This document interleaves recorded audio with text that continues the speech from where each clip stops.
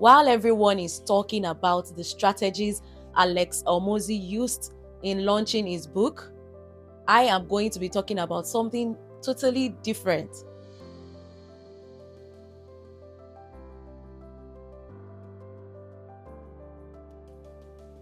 Do you always feel like you are not enough? You believe you need more degrees, more money, more certifications, or more opportunities before you can succeed? Then this video is for you. Hello, my intentional tribers. By the end of this video, I will help you see that the value you already carry can become your first economy. And I will be using Alex Almozi as a case study. This is like the origin of where it all started from.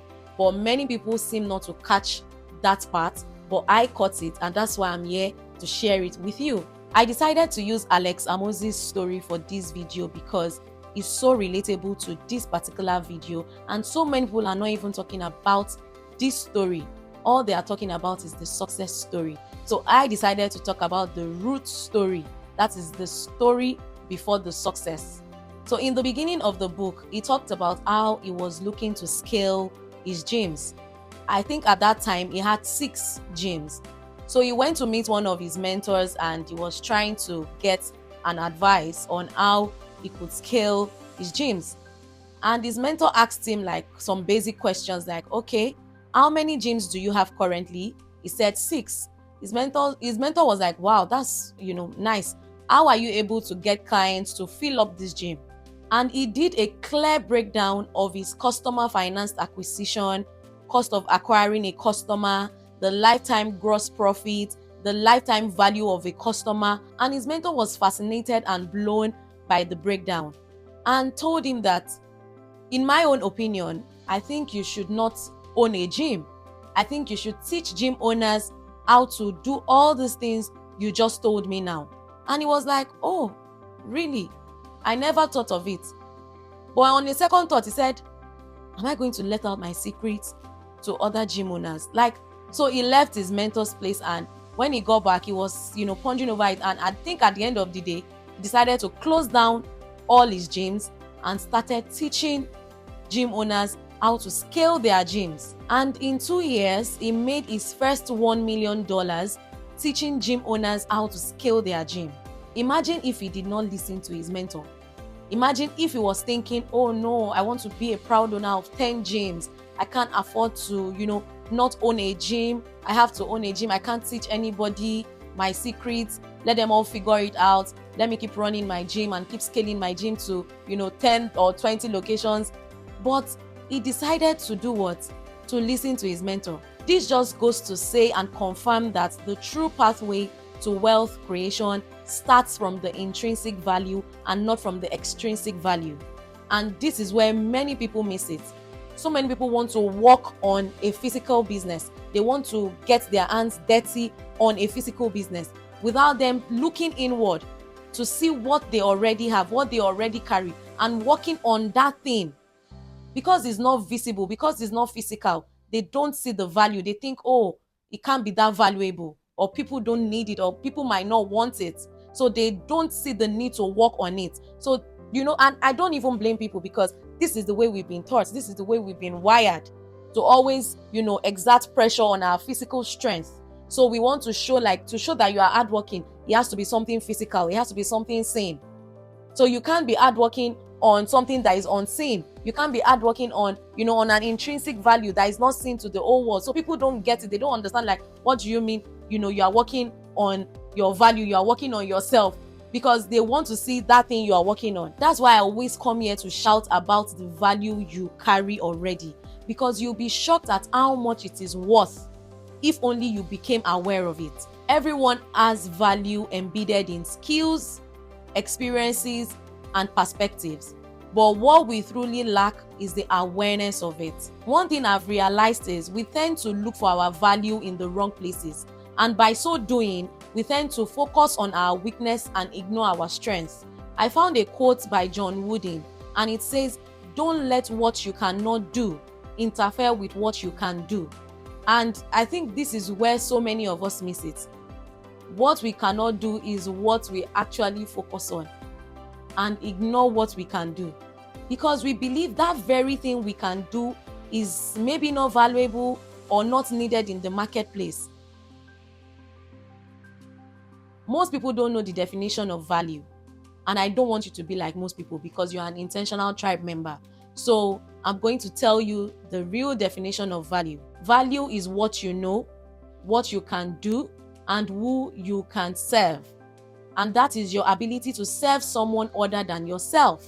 And that is how wealth is created, through service. But so many people think it is through struggle. There are 3 forms of value, and it is knowledge value, experience value, and perspective value. Knowledge value is the skills you've acquired, the trainings you've done, and the lessons you've learned. Alex Omozi was able to tap into this knowledge value because he knew what other gym owners didn't know at that time, and he had probably undergone training and equip himself to be able to run his own gym successfully. So he was able to transfer the same knowledge to other gym owners. The second one is the experience value, and this is the struggles you've survived, the problems you've solved, and we can also see that Alex Omozi tapped into this experience value as well, because I'm sure while he was running those 6 gyms, he must have struggled with, at some point, he must have solved some problems at some point, and this knowledge or this experience is what will help him to do or to teach other gym owners how to do better. The third one is your perspective value, and this is your unique voice, your ideas, the way you see life in general. It might be different from every other person, which can also be a transferable value. I lean into this particular value a lot because I am a big fan of always flipping your perspective. So let me quickly chip in myself as an example here. Sometimes last year I interviewed for a job and I didn't get the job. It was worth, I think, about $60,000 per annum. And one thing I did was, I felt bad initially, but I was able to quickly flip my perspective. And I told myself, I said, you know what, don't worry. It's just $60,000. You will make more than that. Don't worry. I have given you the definition of value. I have told you the forms of value. Now let me tell you where value comes from. You can create value from 3 places. And that's the past perceived voids. These are the things that people miss in their past that they want to have now. So you can actually think of what's that thing people miss in their past that they would love to have now. You can create value from there and offer it to the people that would love to have that thing they missed in their past. And you can start making money from there. Or present perceived virtues. What are the things you feel they need in the moment? What are the things that would make life easy for them now? What are the things they perceive as virtues now that they need or that they want? Value can be created from the present perceived virtues. Then the third one is future pursued visions. This is what people aspire to have in the future.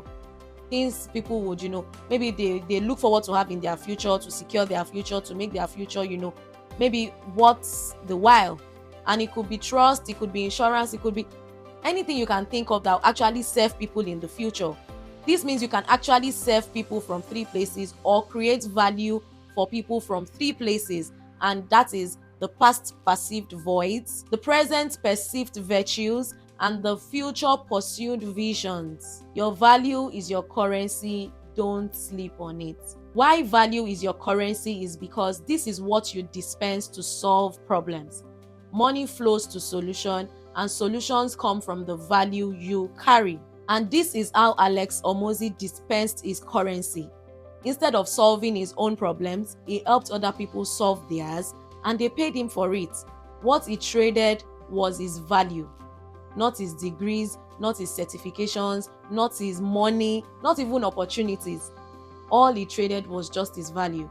And this just goes to tell you that you don't need more degrees, you don't need more certifications, you don't need more money, you don't even need more opportunities. All you need is just to look inward to see the value you already carry and dispense it. Many people are busy taking multiple jobs, doing multiple businesses, thinking that is what will help them to get money faster. But I think this should help you flip your perspective. The fastest way you can make money is from your value. and not from a paycheck or from multiple businesses. All you have to do is just to refine and package your value for those who need it. There's this quote from Aristotle I found, which says, "Wealth is not in what you have, but in what you can create." And should I shock you, value is born out of creativity. So all you have to do is to get creative with your value. So let me give you the framework for value, and I'll be using the value method to teach you this framework.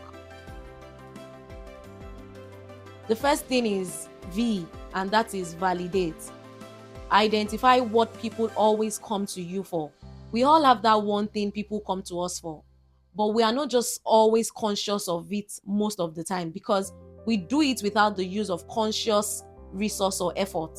So we don't see value in it, because the way we give the response or the way we give the solution, it comes effortless to us. So you just think it doesn't have to be, will it be worth it? But it actually works for these people you give the solution to. So let me use myself as an example. I love helping people solve complex problems they have in their lives. So in my own opinion, I don't think people have complicated lives. I think they are just yet to flip their perspective. So what I help people do best is to flip their perspective, to see the value in them, to see the value they already carry and tap into that value. Instead of thinking they don't have what it takes or they don't have value the marketplace needs, I help them to identify that value. I help them to see that value in them. So if you come to me to tell me, oh, my life is complicated, my life is upside down, I would flip your perspective to see how your life is not complicated. So the second thing is A, that is align. You have to connect your value to real world problems.